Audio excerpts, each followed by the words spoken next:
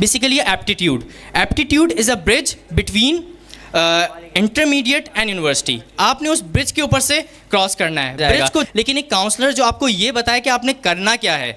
आपने pre engineering तो ले ली, प्री मेडिकल ले ली, कंप्यूटर साइंस ले ली, कॉमर्स की फील्ड में चले गए, लेकिन आपको ये नहीं पता कि मैंने ली क्यों है।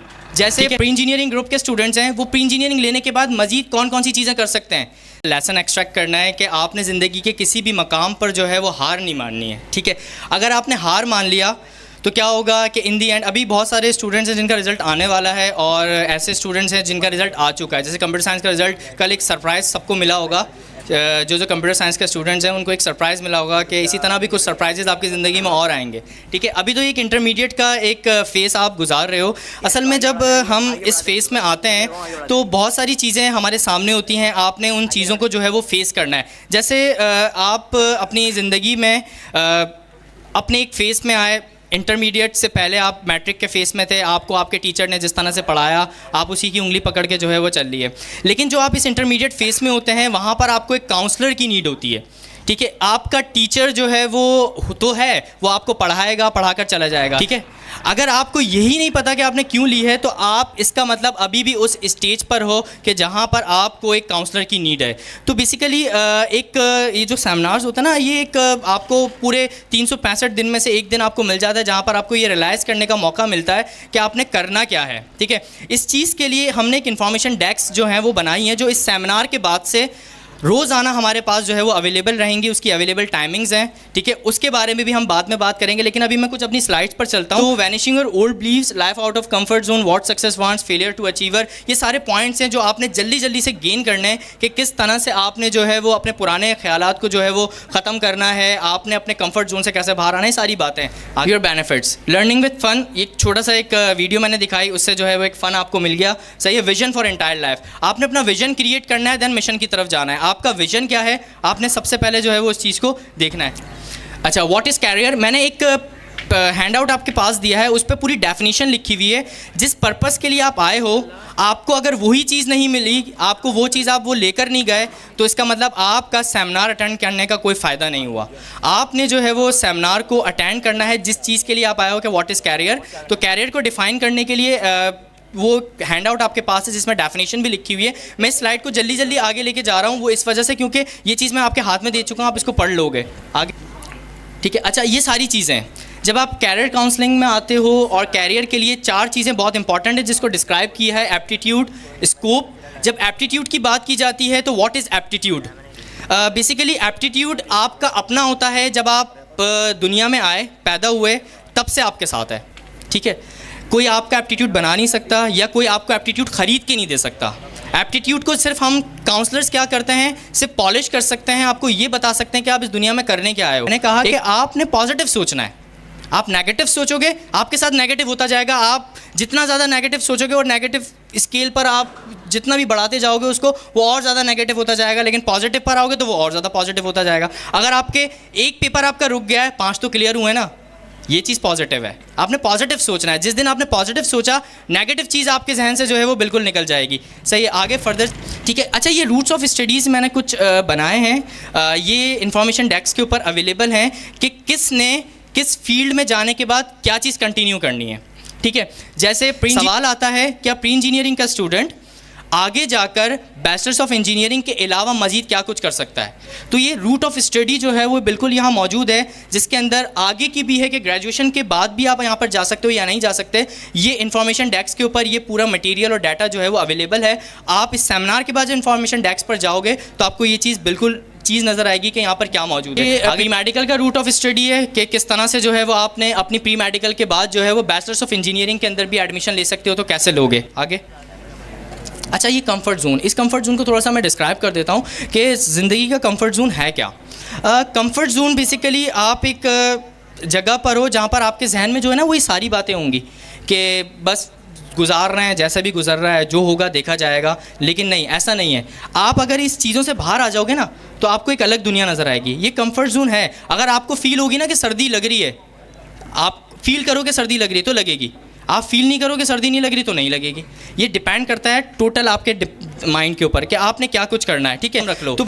लेकिन सवाल मेरा ये है कि आपने यूनिवर्सिटी के अंदर कदम रखने से पहले क्या चीज़ आपने फेस करनी है। इसको जितना ज़्यादा स्ट्रॉन्ग आप बनाओगे उतनी ही आसानी से आप पार कर सकते हो, वरना आपका बीच में गिरने का ख़तरा है।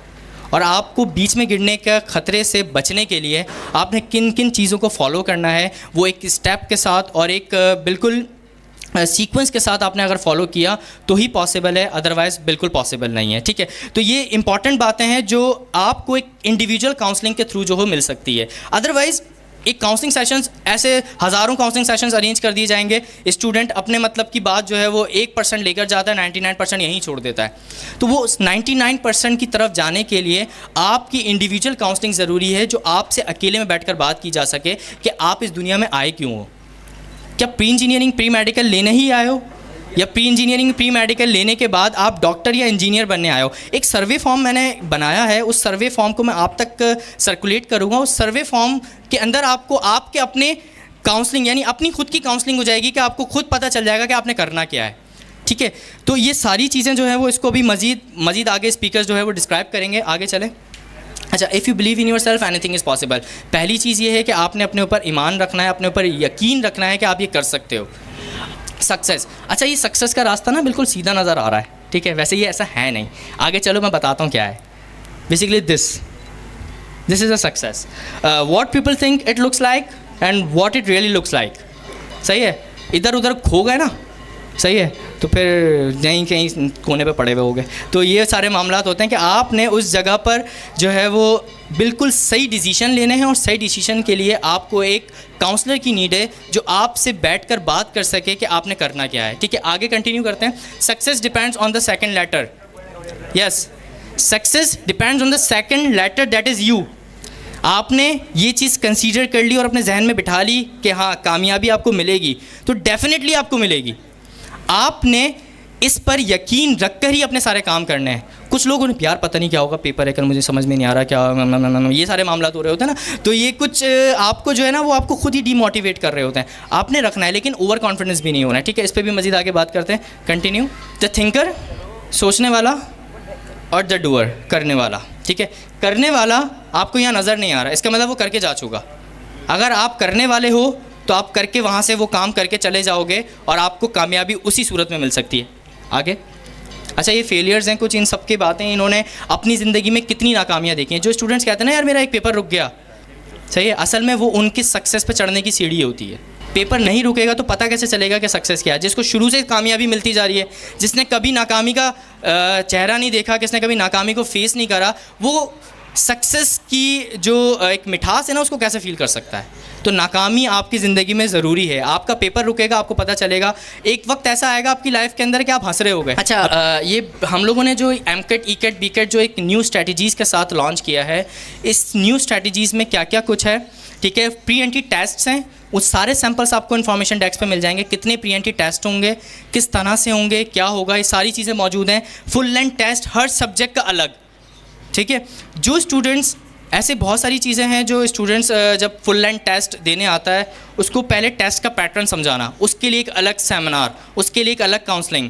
तो आपने पेपर कैसे करना है, इवन बच्चों को हाथ पकड़वा के सर्कल पे कलर कराना सिखाया जाता है कि इसको किस तरह से लेकर चलना है। हमारे स्टूडेंट्स जो इंटरमीडिएट में होते हैं उनको पेंसिल चलाना भी नहीं आती है, ठीक है। वो सर्कल करते करते पता नहीं कहाँ चले जाते हैं, कहाँ निकाल देते हैं। उनको यही नहीं पता कि आपने सर्कलिंग करनी है, ये स्कैनर से चेक होगा। हम तो सही करके आए हैं, मेरे तो 65 मार्क्स आ रहे थे, मुझे तो NED की वेबसाइट पे 48 नज़र आ रहे हैं। क्यों आ रहे हैं, आपने भी तो इतने भंड मारे हैं। ये कुछ प्री एंट्री टेस्ट हैं, ये क्राइटेरिया प्री एंट्री टेस्ट का कि किस तरह से लिया जाएगा। दैन उसके बाद ये इन्फॉर्मेशन डेस्क की आपके सामने बाहर रखी हुई है। इस पर जो है वो जब आप लोग यहाँ से जा रहे हो तो आप एक दफ़ा विजिट करके जाइएगा, और सारी इन्फॉर्मेशन जितनी भी पाकिस्तान के अंदर यूनिवर्सिटीज़ हैं, 260 यूनिवर्सिटीज़, उन तमाम के नेम्स, उन तमाम के फ़ीस स्ट्रक्चर्स, तमाम तर फीस स्ट्रक्चर से कौन सी यूनिवर्सिटी आपकी परसेंटेज के हिसाब से आपको एडमिशन दे सकती है, आपको कहाँ कहाँ अप्लाई करना है, कैसे अप्लाई करना है, ये वो तमाम स्टूडेंट्स जो हमारे पास आएंगे हम उनको ये बुकलेट फ्री देंगे। जो बुकलेट जिसके अंदर तमाम यूनिवर्सिटी जो नस से लेकर, चाहे वो एक प्राइवेट यूनिवर्सिटी भी क्यों ना हो, इवन इंस्टीट्यूट भी हो, तो इंस्टीट्यूट में कौन कौन सी जो है वो फील्ड्स हमारे पास ऑफ़र हैं। और इस चीज़ पर थोड़ी सी बात मैं इसको नहीं कर रहा क्योंकि आगे के लोग जो हैं वो इस पर बात करेंगे कि कौन सी चीज़ें हैं जो इंस्टीट्यूट्स होते हैं जो डिप्लोमा ऑफ़र करते हैं और कौन से जो हैं वो ये चीज़ ऑफ़र करते हैं कि डिप्लोमा के साथ साथ डिग्री क्या है। कुछ लोग इंजीनियरिंग के बाद सीए की तरफ चले जाते हैं, सीएमए की तरफ चले जाते हैं। तो सीए और सीएमए करने के बाद क्या आपको डिग्री रिक्वायर्ड है या नहीं?